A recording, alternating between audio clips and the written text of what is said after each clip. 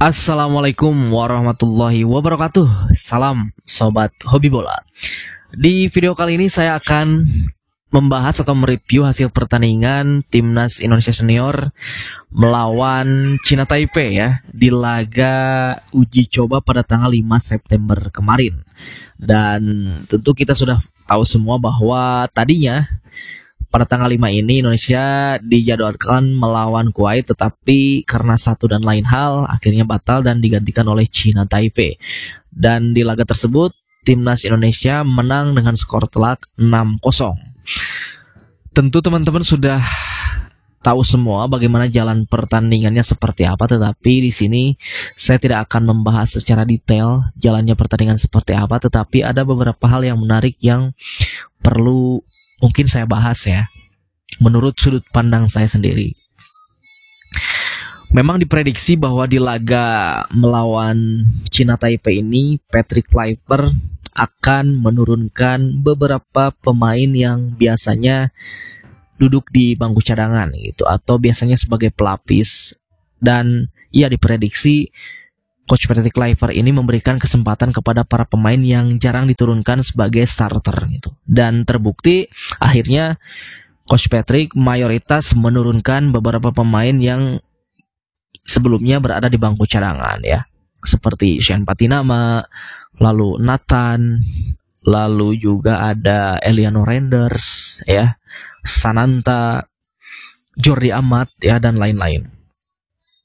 Sementara para pemain andalan Timnas Indonesia yang bermain di liga top Eropa seperti Kevin Dix, Jay Itzes, dan juga Kelvin Verdong, mereka bahkan tidak masuk DSP ya. Mereka duduk di tribun menyaksikan rekan-rekannya bertanding gitu. Dan ya, di laga tersebut memang kualitas dari para pemain Indonesia walaupun menurunkan para pemain pelapisnya itu, tetapi dominasi Indonesia tetap mendominasi daripada China Taipei gitu. Karena memang terlihat jelas bahwa kualitas pun di situ sangat berbeda jauh ya. Ya, sesuai dengan ranking FIFA pun sangat berbeda jauh, itu juga berbanding lurus dengan kualitas di atas lapangan. Dan pasca pertandingan, Coach Patrick ini menjelaskan bahwa ya permainan seperti ini yang sudah lama saya nantikan, gitu, seperti itu. Sebetulnya ketika kita atau pelatih Timnas Indonesia kita ini pelatihnya berasal dari Belanda, yang kita tahu bahwa filosofinya memang Belanda itu adalah total football, sepak bola menyerang, tetapi tidak melulu setiap pertandingan itu kita harus melakukan strategi sepak bola menyerang ya, karena pastinya kita juga harus melihat seperti apa lawannya gitu. Karena memang kemarin lawannya adalah China Taipei ya, bukan berarti saya menganggap remeh ya, karena memang tadi kualitas berbeda jauh. Tentu ya kita harus melakukan sepak bola menyerang itu cocok dengan filosofinya yang dibawa oleh Patrick Kluivert dari Belanda. Tetapi jika kita melawan tim-tim yang lebih kuat, tentu kita juga mesti hati-hati. Bagaimana pengalaman kita ketika debutnya Coach Patrick Kluivert menghadapi Australia dan langsung menggunakan strategi menyerang, ya akhirnya kita dibantai dengan skor 5-1 gitu. Banyak meninggalkan lubang-lubang kosong di lini tengah dan lini pertahanan. Jadi kita mesti melihat dulu kualitas para pemain kita seperti apa dan lawannya pun seperti apa gitu.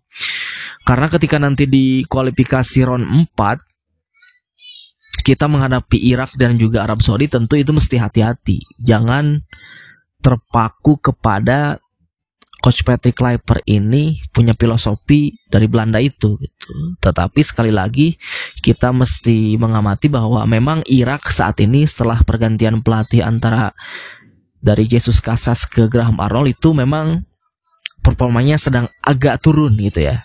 Karena kemarin juga mereka di laga uji coba menghadapi Hong Kong sempat dikejutkan oleh Hong Kong, walaupun akhirnya mereka berhasil gitu. Tetapi memang ya itu ada sedikit penurunan performa dari Irak ini saat ini.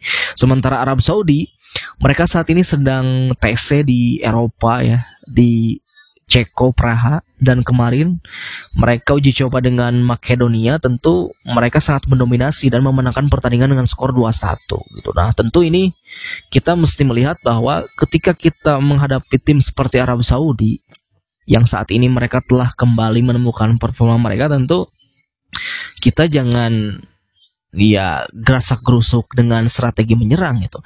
Apa salahnya juga kita bisa menggunakan strategi defense to counter gitu. Tidak sehina itu juga kok gitu. Kita walaupun pelatih kita dari Belanda yang notabene filosofinya sepak bola menyerang, tetapi ya kita juga melihat lawannya seperti Arab Saudi, tentu kualitasnya saat ini kita harus akui di atas kita gitu. Tentu kita harus bermain sabar, menunggu jika kita ada peluang baru kita bisa mengeksekusi dengan counter-counter yang kita bisa memanfaatkan kecepatan para pemain kita ya. Apalagi kita punya amunisi baru seperti Emiliano Jonathan, Mauro Zilstra, begitu pun juga Adrian Wibowo ya. Nah itu bisa dimanfaatkan nanti ketika di round 4 nanti gitu. Jadi tidak melulu harus menggunakan strategi sepak bola menyerang, karena kembali lagi melihat kualitas pemain kita seperti apa, lawannya seperti apa. Nah, di pertandingan melawan China Taipei kemarin ada hal menarik ya, di mana saya sangat kagum gitu dengan kembalinya performa dari Nathan Chuaon gitu. Walaupun belum sepenuhnya kembali ke performa terbaiknya ketika Piala Asia 23, tetapi dia seakan-akan terlahir kembali menemukan momennya kembali gitu ya. Dia sebelumnya di Swansea yang jarang bermain, jarang mendapatkan menit bermain, lalu akhirnya dia pindah ke Belanda ke divisi 2. Willem Twee dipercaya oleh pelatihnya, saat ini sudah lumayan mendapatkan menit bermain, dan akhirnya ketika bergabung kembali ke timnas dia benar-benar Nathan yang kita rindukan dulu gitu. Dia benar-benar diposisikan sebagai gelandang bertahan ya oleh Patrick Kluivert, sebagai destroyer, sebagai breaker, memutus serangan lawan, dan itu berhasil di pertandingan melawan China Taipei. Tapi sekali lagi bahwa ini adalah lawannya China Taipei gitu. Nanti kita lihat ketika melawan Lebanon apakah dia akan diturunkan kembali atau bagaimana gitu. Tetapi ini adalah momen penting bagi para pemain tersebut ya, salah satunya Nathan Chuaon itu, karena yaitu menit bermain itu sangat penting. Lalu di sisi kiri ada Beckham dan juga Sven Patinama, itu benar-benar sangat cair kerja sama mereka, tektokan di sisi kiri.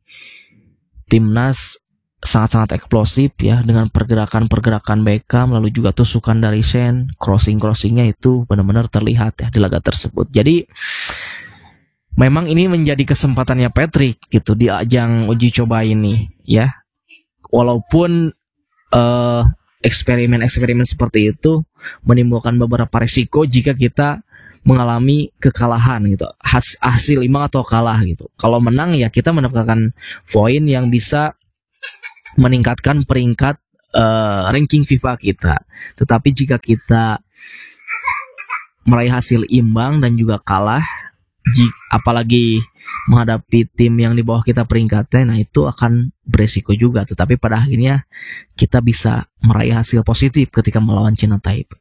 Nah tentu kita akan menantikan nanti besok tanggal 9 melawan Lebanon ini seperti apa. Nanti apakah akan menurunkan komposisi yang sama atau mungkin akan mencoba para pemain the winning teamnya gitu, seperti para pemain yang bermain di Liga Top Eropa, Jaitses yang sebelumnya berada di tribun, Kevin Dix, Calvin Verdong akan dicoba itu melawan Lebanon.